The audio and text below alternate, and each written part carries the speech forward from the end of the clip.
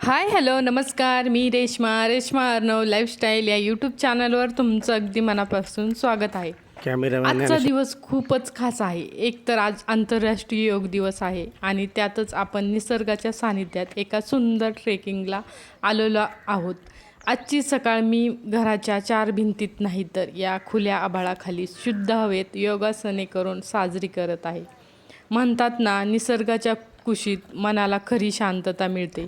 चला तर मग योग करून शरीर आणि मन ताजेतवाने झाले आहे. आता निघूया आपल्या पुढच्या प्रवासाला म्हणजे जंगलातील ट्रेकिंगला. आता आमची ट्रेकिंग खऱ्या अर्थानं सुरू झाली आहे. चहूबाजूला दाट झाडी, पक्ष्यांचा किलबिलाट आणि हा मातीचा सुवास. शहराच्या गजबजाटापासून दूर येथे चालताना थकवा अजिबात जाणवत नाही. आणि समोर हे बघा, समोर काय दिसतंय, बापरे किती सुंदर मोर आहेत. निसर्गाचा हा चमत्कार किती अप्रतिम आहे ना. जंगलात स्वतःच्या धुंदीत वावरणारा हा मोर पाहणे हा आमच्या ट्रेकिंगचा सगळ्यात मोठा बोनस आहे. वनात चालताना निसर्गाशी नातं कसं जोडलं जातं याचं हा जिवंत पुरावा आहे.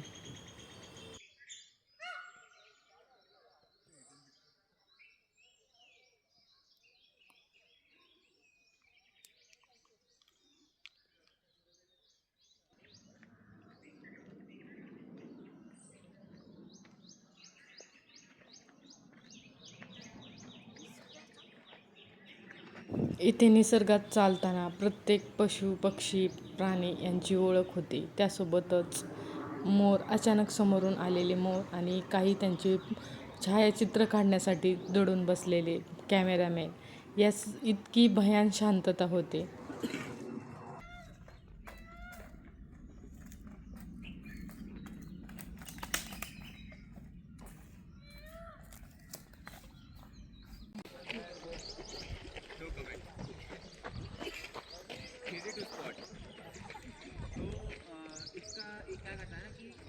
आज रविवार असल्यामुळे सर्वांना सुट्टी असते आणि जे छायाचित्र निसर्गाशी जोडलेले, ज्यांना निसर्गाशी आवड आहे असे बहुतेक जण कॅमेरा घेऊन हजरच होते. तर हे पहा, छोटंसं चिमणीचे पिल्लू. तर हे उडत नाही म्हणून एका मुलाने आणून ठेवलेलं, त्याला पाणी पाजलेलं आणि ते क्षणार्धात त्यांना म्हणजे पाणी नव्हतं त्यामुळं असं अंग सोडून दिलेलं होतं. तर हे पहा किती छान, आणि पाणी पिऊन एकदम आजच्या या ट्रेकिंगचा खरा हिरो तर हा आहे अर्णव, म्हणजे माझा मुलगा. आजकालची मुलं जिथे मोबाईल आणि व्हिडिओ गेम्समध्ये हरवून जातात, तिथे हा माझा मुलगा आज माझ्यासोबत एवढी मोठी चढण अगदी सहज चढत आहे. खरंच मुलांना निसर्गाच्या जवळ आणणं किती गरजेचं आहे हे आज मला जाणवतं. तो जंगलातल्या प्रत्येक गोष्टीकडे, झाडाकडे, पानाच्या दवबिंदूकडे किती कुतूहलाने बघतो. मोबाईलच्या स्क्रीनपेक्षा या खऱ्याखुऱ्या निसर्गाचा आनंद त्याच्या चेहऱ्यावर स्पष्ट दिसतो. मुलांसोबत ट्रेकिंग करण्याचा अनुभव खरोखरच वेगळा आणि खास असतो. आणि जंगलात मोर पाहिल्यानंतर माझ्यापेक्षा जास्त आनंद त्याच्या चेहऱ्यावर झाला आहे. पुस्तकात किंवा टीव्हीत मोर पाहणे वेगळे, पण असा जंगलात मुक्त वावरणारा मोर प्रत्यक्ष डोळ्यांनी पाहतानाचा त्याचा हा आनंद खरंच अनमोल आहे. कठीण प्रसंगात स्वतःच्या शारीरिक आणि मानसिक मर्यादेची खरी ओळख होते. सोबतचे ट्रेकर्स अनोळखी असले तरी एकमेकांना मदत करताना त्यांच्याशी घट्ट मैत्री होते. मर्यादित संसाधनामध्ये जगण्याची आणि निसर्गाचा आदर करण्याची सवय लागते. जेव्हा तुम्ही शिखरावर पोहोचता आणि तेथून खाली पसरलेले विस्तीर्ण जग पाहता, तेव्हा तो आनंद शब्दात सांगता येत नसतो. सर्व थकवा एका क्षणात गायब होतो आणि फक्त एकच भावना उरते, कृतज्ञता.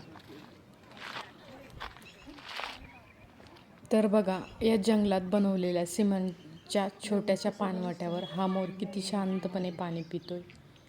आजूबाजूला फक्त वाऱ्याची झुळूक आणि पक्ष्यांचा किलबिलाट आहे. निसर्गाच्या या सुंदर रूपात एक वेगळीच शांतता आहे जी आपल्याला आतून समृद्ध करते. तुम्हाला असा अनुभव कधी आलाय का? थकलेलं शरीर पण सुखावलेला आत्मा. ट्रेकिंग नंतरचा हा आराम सर्वात भारी असतो. कठीण वाटात तुडवून आल्यावर या शांततेची मजा काही वेगळीच असते.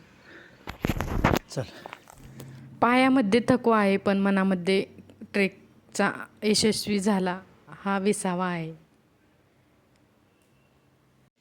निसर्ग कधीच थांबत नाही. पानगळतीनंतर जशी झाडांना पुन्हा नवीन आणि सुंदर पालवी फुटते, तसेच माणसाच्या आयुष्यातही संघर्षानंतर सुखाचे आणि यशाचे नवे दिवस नक्कीच येतात. लहानपणीचे ते दिवसही किती कमालचे होते ना. हातात मोबाईल नसायचा, पण तरीही मनोरंजनाची कमतरता नसायची. गावातल्या किंवा शेतातल्या पाण्याच्या तळ्याकाठी बसून चपट्या दगडाचा शोध घेणे हा एक मोठा टास्क असायचा. तो चपटा दगड अलगद पाण्यात फेकायचा आणि तो पाण्यावर किती टप्पे भाकऱ्या खातोय हे मोजण्यात एक वेगळाच आनंद असायचा. माझ्या दगडाची 5 भाकऱ्या केल्या, तुझ्या दगडाने 3च, अशा पैज लागायच्या. आज पुन्हा त्या तळ्याकाठी आले. एक चपटा दगड हाताच्या बोटामध्ये पकडला आणि पाण्याच्या पृष्ठभागाला समांतर असा भिरकावला. दगडाने पाण्याचा पहिला टप्पा घेतला आणि तिथेच बाजूला दुसरा टप्पा. पाण्याच्या संत प्रवाहावर एकाच वेळी 2 सुंदर गोल चक्र तरंग तयार झाले.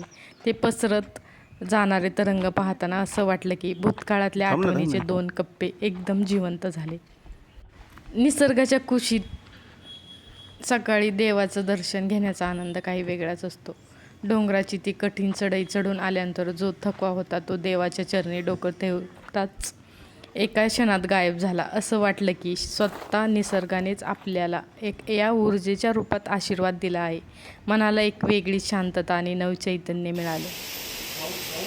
आल्यानंतर जेवण ते झाल्यानंतर दुपारी 4च्या सुमारास असं वातावरण तयार होतं. पाऊस अचानक आला आणि जी प्रतीक्षा होती पाऊस येत नव्हता तर ती पूर्ण झाली आणि पावसाला कुठेतरी फूल नाही डोळ्यात सुरुवात झाली आणि या आशेनेच मन प्रफुल्लित झालं. आणि तुम्हाला हा माझा व्हिडिओ कसा वाटला, आवडला की लाईक करा, शेअर करा, कमेंट करून सांगायला विसरू नका.